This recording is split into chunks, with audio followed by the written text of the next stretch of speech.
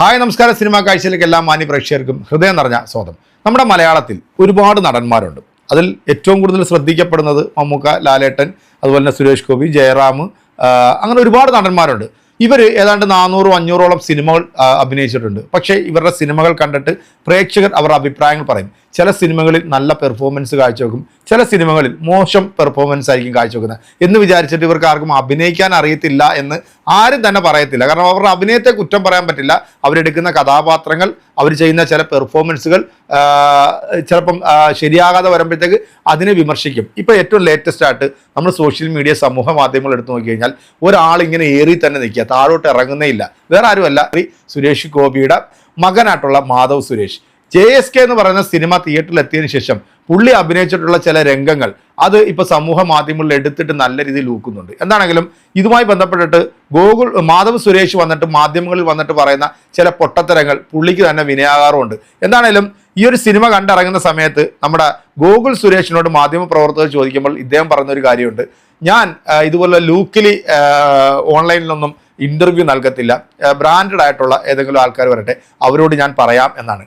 ഇത് തന്നെയാണ് അച്ഛനും ഇപ്പോൾ മാധ്യമങ്ങളെ കാണുമ്പോഴത്തേക്ക് ഇങ്ങനെ പറഞ്ഞുകൊണ്ടിരിക്കുന്നത്. ഇപ്പോൾ ഇളയ മകനും ഇത് തുടങ്ങിയതുകൊണ്ട് ഒരു കുടുംബത്തിൽ ഈ പറയപ്പെടുന്ന ആൾക്കാരെല്ലാം ട്രോള് മേടിച്ച് ഏറിൽ നിന്ന് താഴെ ഇറങ്ങാൻ പറ്റാത്ത ഒരു കാഴ്ചയാണ് കാണുന്നത്. എന്തായാലും സിനിമ കണ്ടിറങ്ങിയിട്ടുള്ള ഓഡിയൻസ് മാധവ് സുരേഷിൻ്റെ പെർഫോമൻസിനെ കുറിച്ചിട്ട് അവർ വളരെ വ്യക്തമായിട്ട് പറയുന്നതും നിങ്ങളെല്ലാവരും വീഡിയോ കണ്ടതാണ്. നല്ല രീതിയിൽ അഭിനയം കാഴ്ചവെക്കുകയാണെന്നുണ്ടെങ്കിൽ ആരും ഒന്നും പറയത്തില്ല, ആരും അഭിനയം പഠിച്ചിട്ടല്ല വരുന്നതെന്ന് പറയും.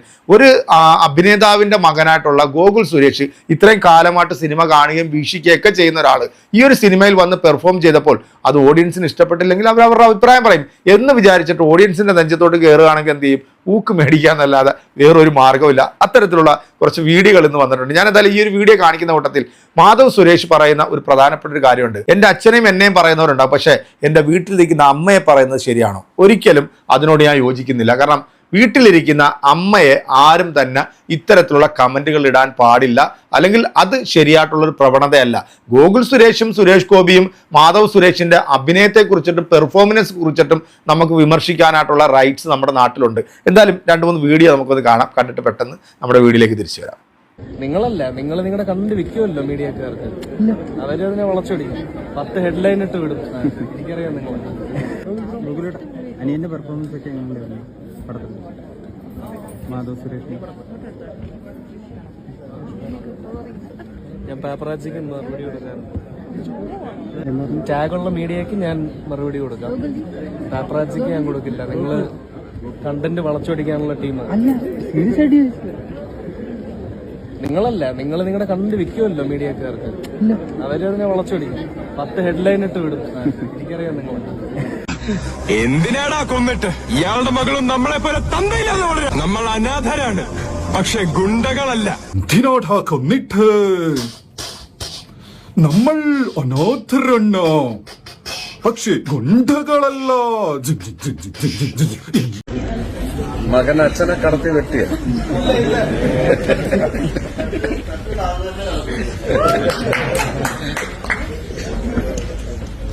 മോഹൻലാൽ സാറിനെ ആണെങ്കിലും മമ്മൂട്ടി സാറിനെ ആണെങ്കിലും അവരെ വരെ അഭിനയം പഠിപ്പിക്കാൻ നടക്കുന്ന കുറേ ആൾക്കാരുണ്ട്. നമ്മുടെ സോഷ്യൽ മീഡിയ കമന്റ് ബോക്സ് നോക്കിയാൽ അറിയാം. മോഹൻലാലിൻ്റെ ഈ അഭിനയം ശരിയായില്ല, മമ്മൂട്ടിയുടെ ഈ അഭിനയം ശരിയായില്ല, സുരേഷ് ഗോപിക്ക് അഭിനയിക്കാൻ അറിയത്തില്ല, സുരേഷ് ഗോപി പൊട്ടന, ഇങ്ങനെ പറയുന്ന ആൾക്കാരുണ്ട്. This is all noise.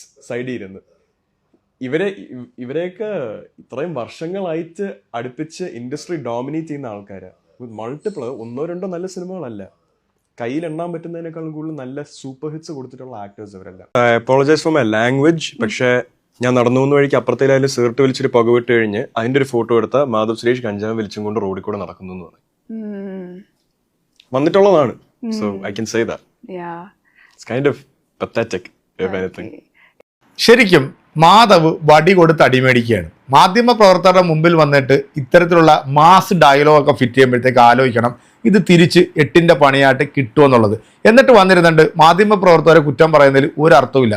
എന്താണേലും ആരും അഭിനയം പഠിച്ചിട്ടല്ല വരുന്നതെന്ന് പറയും. ഫഹദ് ഫാസിൽ വരുന്ന സമയത്ത് അറിയാം, കയ്യെത്തും ദൂരത്തുന്ന സിനിമയിൽ ഫഹദിന്റെ പെർഫോമൻസ് കണ്ടിട്ട് കേരളക്കരെ മൊത്തത്തിൽ, അതും ഒരു ഡയറക്ടറുടെ, ഒരു പ്രശസ്തനായിട്ടുള്ള ഡയറക്ടറിന്റെ മകൻ കൂടിയായിരുന്നു, എല്ലാവരും കുറ്റം പറഞ്ഞു. പക്ഷെ പറഞ്ഞവരെ കൊണ്ട് തിരുത്തി പറയിപ്പിക്കാനും ഫഹദിനായിട്ടുണ്ട്. ഇന്ന് ഫഹദിനെ പോലെ മറ്റു ലാംഗ്വേജുകളിൽ പോയി കയ്യടി മേടിക്കുന്ന ഒരു നടൻ വേറെ ഇല്ല എന്ന് തന്നെയാണ് പറയുന്നത്. എന്നാൽ മാധവ് സുരേഷ് നല്ല രീതിയിലുള്ള പെർഫോം കാഴ്ചവെച്ച് കഴിഞ്ഞാൽ ഈ പറഞ്ഞ ആൾക്കാർ തന്നെ അത് തിരുത്തി പറയും. കാരണം പല വേദികളിലും വന്നിരുന്നുകൊണ്ട് പറഞ്ഞ് എൻ്റെ അച്ഛനെ സൂപ്പർ സ്റ്റാർ ആക്കിയവർ ഒരു പക്ഷേ ചിലപ്പം ഞാനും നാളെ സൂപ്പർ സ്റ്റാർ ആകും. ഇതൊക്കെ പറയേണ്ടത് ഇവിടുത്തെ പ്രേക്ഷകരാണ്. അതുകൊണ്ട് തന്നെ ഇനിയെങ്കിലും ശ്രദ്ധിക്കുക, വടി കൊടുത്ത് അടിമേടിക്കാതിരിക്കുക, അല്ലെങ്കിൽ ഇത്തരത്തിൽ ഊക്ക് മേടിച്ച് മേളിൽ തന്നെ കയറേണ്ടി വരും. എന്തായാലും എൻ്റെ പ്രിയപ്പെട്ട പ്രേക്ഷകരെ, ഈ വീഡിയോയുമായി ബന്ധപ്പെട്ട് നിങ്ങളുടെ അഭിപ്രായം കമൻറ്റുകൾ അറിയിക്കുക. അടുത്തൊരു വീഡിയോയിൽ വീണ്ടും കാണാം. അതുവരെയ്ക്കും എല്ലാവർക്കും